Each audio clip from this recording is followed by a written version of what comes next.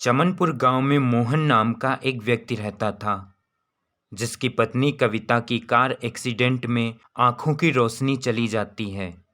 मोहन की पत्नी की आंखों के ऑपरेशन के लिए डॉक्टर 5 लाख रुपए का खर्चा बताते हैं। यह सुनकर मोहन काफ़ी निराश हो जाता है और घर आकर अपनी पत्नी से कहता है, कविता, तुम फिक्र मत करो, मैं कोई ना कोई व्यवस्था जरूर करूँगा और तुम्हारी आँख का ऑपरेशन जरूर करवाऊँगा। इतना कहकर मोहन घर से निकल जाता है। काफ़ी देर इधर उधर भटकने के बाद भी पैसों का कोई बंदोबस्त नहीं होता। मोहन काफ़ी थक जाता है और वहीं एक पेड़ की छांव में बैठ जाता है। तभी गांव का ही एक व्यक्ति वहां से गुजरता है और वह मोहन को बैठा देख उसके पास जाता है। अरे भाई मोहन, क्या बात है? यहाँ ऐसे क्यों बैठे हो? क्या बताऊं दोस्त, मेरी बीवी के आँख के ऑपरेशन के लिए मुझे 5 लाख रुपए चाहिए।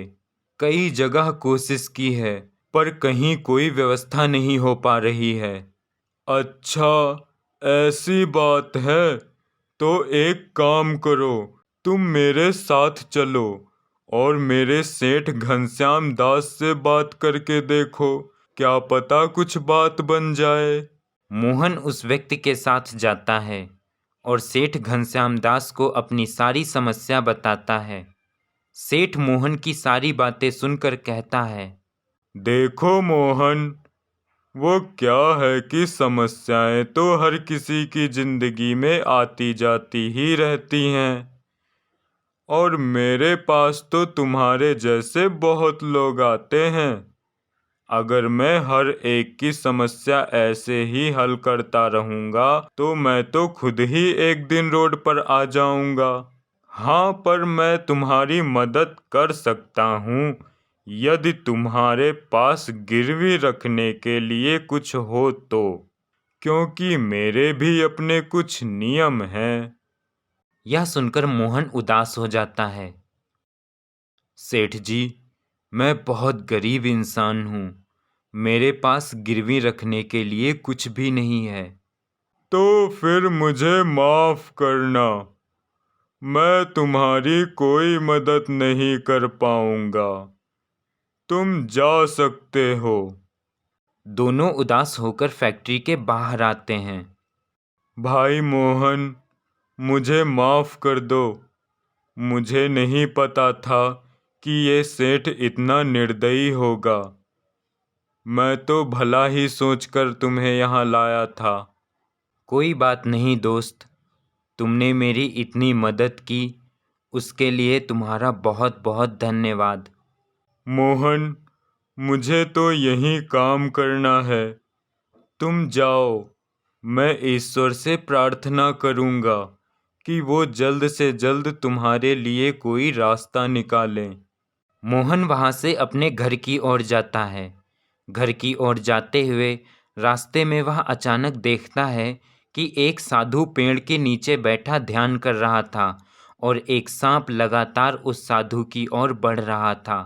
अरे, कहीं वह सांप साधु को डस ना ले। ये सोचकर मोहन जल्दी से उस साधु के पास जाता है और वहीं पास में पड़ी हुई एक छड़ी से सांप को भगा देता है। इतना करके मोहन वहां से जाने लगता है कि तभी साधु मोहन को आवाज लगाता है, ठहरो। साधु की आवाज सुनकर मोहन रुक जाता है। वत्स, मैं अपने अंतर मन से देख रहा था कि किस तरह तुमने मेरे प्राण बचाए और मेरा ध्यान टूटने से भी बचाया। मैं तुमसे बहुत प्रसन्न हुआ। तुम कौन हो? साधु के पूछने पर मोहन साधु को अपने बारे में सब कुछ बताता है। तो ये बात है मोहन, तुम एक बहुत ही अच्छे व्यक्ति हो, इसलिए मैं तुम्हें कुछ देना चाहता हूँ जो तुम्हारे सारे दुखों का निवारण कर देगा। मैं तुम्हें वरदान देता हूँ, जिस छड़ी से तुमने मेरे प्राण बचाए, उस छड़ी को यदि तुम किसी वस्तु पर मारोगे तो वह सोने की बन जाएगी। इतना कहकर वह साधु गायब हो जाता है। मोहन उस छड़ी को लेकर घर आ जाता है और सोचता है, साधु ने वरदान दिया है, पर क्या ये छड़ी सच में किसी भी चीज को सोना बना सकती है? एक बार इसका उपयोग करके देखता हूँ। मोहन सामने मेज पर रखे गमले पर छड़ी मारता है। छड़ी मारते ही वह गमला सोने का बन जाता है। ये देखकर मोहन बहुत खुश होता है। अब धीरे धीरे मोहन बहुत अमीर बन जाता है। उसकी पत्नी के आंखों का ऑपरेशन हो जाता है। एक दिन घनश्याम दास को बहुत बड़ा नुकसान हो जाता है और उसकी फैक्ट्री बंद हो जाती है। घनश्याम दास बहुत परेशान होता है और कोई भी उसकी मदद करने को तैयार नहीं होता है। तभी उसे एक बहुत अमीर व्यक्ति के बारे में पता चलता है और वह उसके पास मदद मांगने जाता है। घनश्याम दास मोहन को देखकर आश्चर्यचकित रह जाता है। तुम तो मोहन हो। तुम इतने अमीर व्यक्ति कैसे हो गए? हाँ, मैं मोहन, वही गरीब जो एक दिन तुम्हारे पास मदद मांगने आया था और तुमने मेरी कोई मदद नहीं की थी। पर मैं तुम्हारे साथ ऐसा नहीं करूँगा, क्योंकि मेरा इरादा तुमसे बदला लेने का नहीं, तुम्हें सबक सिखाने का है कि कभी किसी मुसीबत में पड़े व्यक्ति से सौदा मत करना। हाँ मोहन, तुम ठीक कह रहे हो। आज मैं बहुत शर्मिंदा हूँ। तुमने मेरा सारा घमंड तोड़ दिया।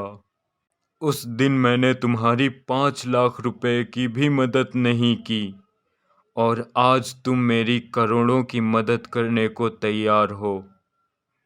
तुम सच में एक भले इंसान हो। मोहन, मैं वादा करता हूँ, कभी भी जीवन में किसी मजबूर व्यक्ति को निराश नहीं करूँगा।